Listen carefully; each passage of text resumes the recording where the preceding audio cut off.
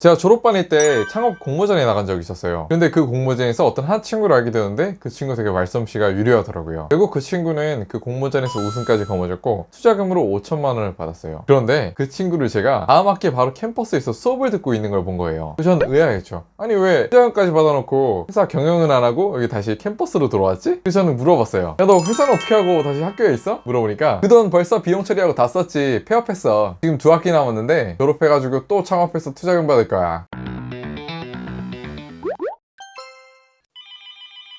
저는 대학 재학 시절에 스타트업에 관심이 되게 많았어요.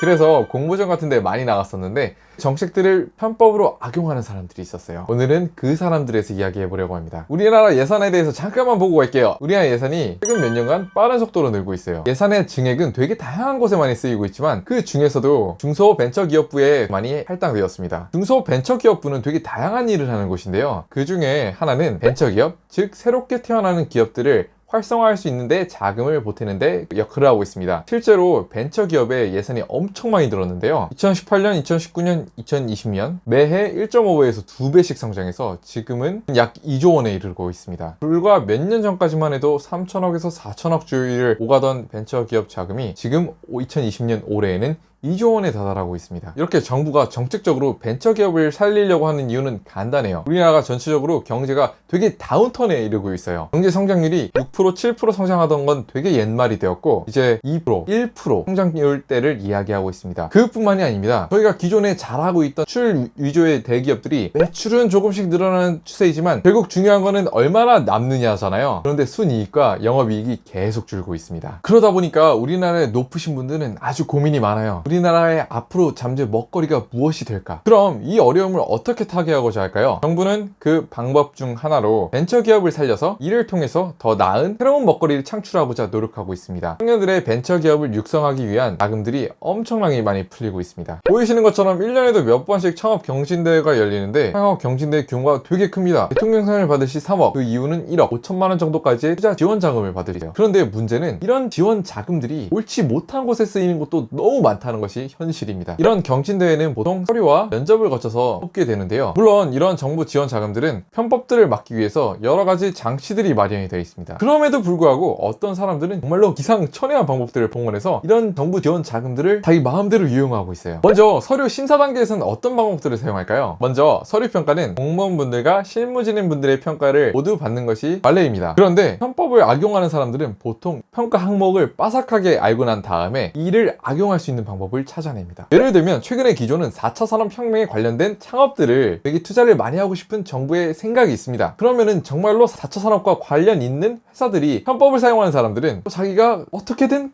이 4차 산업혁명하고 관련이 있는 것처럼 꾸며내어 제출을 하게 됩니다. 예를 들면 전혀 관계없을 것 같은 가구 유통회사를 창업하려고 하는데 거기에 블록체인 기술을 도입하여서 혁신을 불러일으키겠습니다 라고 서류에 작성을 하는 거예요. 그럼 공무원분들 입장에서는 높으신 분들 위에서 내려온 매뉴얼이기 때문에 4차 산업과 관련이 있으면은 가점을 주는 항목으로 체크를 해야 합니다. 이렇게 들어보면 너무 이상하게 생각하실 수 있어요. 가구 회사를 유통한다고 하는데 거기다 블록체인을 접목한다고? 근데 그걸 또 믿어줘? 그런데 여기서 공무원들의 또 고충이 있어요. 보통 스타트업들은 기존에 없던 제품이나 서비스를 가져오기 때문에 설령 그것이 나중에 성공할 수 있더라도 높은 비판적인 잣대를 들이대면 통과할 수 없는 제품이나 서비스가 되게 많아요. 그렇기 때문에 공무원분들은 그래, 일단 서류는 통과시켜 놓고 면접에서 한번 혹독하게 비평을 해보자. 과연 너가 정말 가구회사에 블록체인을 접목시켜 기술 혁신을 일으킬 수 있는지 한번 확인해보자. 이렇게 해서 서류는 통과시켜줍니다. 면접장에 와서도 편법쟁이들은 다 계획이 있습니다. 면접장에 들어오는 순간 이렇게 말합니다. 저희가 저희의 비즈니스 모델을 고민한 끝에 팀원들과 상의하여서 이렇게 개선을 했습니다. 저희가 드리는 이런 유인물 자료로 저희를 평가해 주시기 바랍니다. 가져온 PPT로 자료를 띄워요. 이 자료에는 블록체인 내용이 모두 빠져 있었습니다. 그러니까 결국 서류 단계에서 그냥 서류를만 통과하기 위한 방법으로 편법을 동원해서 서류에 통과한 것입니다.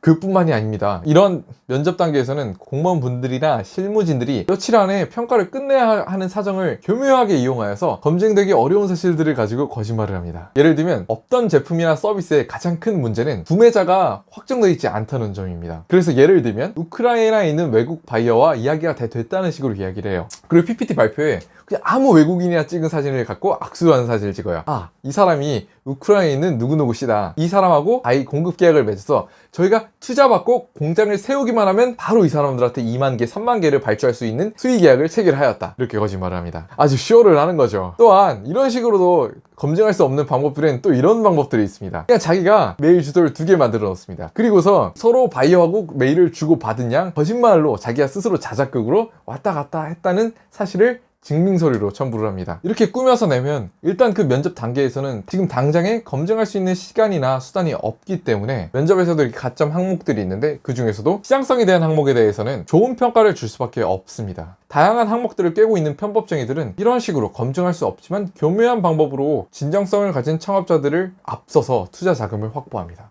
이렇게 생각하실 수 있습니다. 아니 그러면은 이렇게 투자 자금을 먹었어. 그 이후에는 어떻게 해? 그냥 자기가 꾹꾹 낼름 하면은 이 사람들이 아무리 투자 자금을 받았다고 해도 이 돈을 함부로 요용하면은 배임명의 같은 거에 저촉되지 않나요? 네, 맞습니다. 그래서 이 사람들은 어떻게 써야 할지도 기가 막히게 합니다. 먼저 되게 많이 사용하는 방법은 이런 것들이 있어요. 자기가 어떤 회사의 대표고 직원이 하나, 둘, 셋 있을 겁니다. 그 직원들한테 매달 월급이 나가겠죠. 그런데 사실 모든 회사를 국세청이나 정부에서 CCTV를 들고 정말 일을 했냐 안 했냐를 감시할 수 없기 때문에 유령 직원들, 자기 친구나 지인들의 이름을 걸고 월급을 준 것처럼 꾸며놓습니다. 그리고 실제로는 월급을 250만 원 지급했다고 써놓고 250만 원 중에 직원에게 뭐 한 30만 원만 정도 주고 그 이외에 220만 원 자기가 꿀꺽하는 방법으로 투자 자금을 태워버립니다. 투자 자금을 태우는 방법에는 또 이런 방법이 있습니다. 투자 자금을 받은 가짜 회사 대표가 다른 회사가 필요한 그런 기자재들을 대신하여 구입하여 줍니다. 마치 자기 가짜 회사가 사용할 것처럼요. 예를 들면 컴퓨터, 모니터 이런 것들이요. 그러면 그 컴퓨터, 모니터를 정말로 그 컴퓨터 모니터가 필요한 다른 회사에게 떠넘기고 그것보다 훨씬 싼 가격으로 현금을 받습니다. 그러면은 그쪽 회사에게선 이익이겠죠? 그 현금을 챙기는 겁니다. 장부상에는 컴퓨터와 모니터를 가짜 회사가 구입해서 사용했다는 것으로 남아 있습니다. 이렇게 정부 지원 자금을 편법으로 이용하는 사람들을 살펴보았습니다. 그런데 정부 지원 자금이 결코 그 자체로 나쁜 것은 아닙니다. 이런 정부 지원 자금을 통해서 커다란 혁신을 가져온 회사들이 있습니다. 예를 들어 핀테크 분야에 큰 혁신을 가져온 토스나 혹은 평생교육과 그 기자재들을 굉장히 편리하게 제공할 수 있는 클래스 101 같은 회사들이 그렇습니다. 그렇다면 이러한 정부 지원 자금은 우리 사회에 꼭 필요한 투자이긴 하지만 정책적으로 규율이 강화돼서 이런 소중한 투자 자금들이 적재적소에 투자될 수 있도록 심혈을 기울여야 될 것입니다. 또한 이런 편법을 이용하는 사람들은 자기가 똑똑하기 때문에 기회를 잡았다라고 생각하면 결코 안 됩니다. 어떻게 보면 이 투자 자금들은 앞으로 2020년, 2030년에는 어떻게 될지 불투명한 미래를 위해서 투자하고 있는 자금입니다. 편법쟁이들은 그러한 저희의 미래를 앗아가고 있는 것일지도 모른다고 생각을 합니다. 이러한 투자 자금들이 더욱더 멋지고 열정 있는 그리고 실력 있는 창업가들에게 분배되었으면 좋겠다고 생각을 하고 있습니다. 간절히 바랍니다. 오늘 영상은 어떠셨나요? 혹시 또 이야기해보고 싶은 기업이나 주제가 있다면 댓글로 남겨주세요. 제가 역량이 되는 한 혹은 공부를 해서라도 그 기업에 대한 영상을 한번 만들어 볼 수 있도록 노력하겠습니다. 시청해주셔서 감사합니다.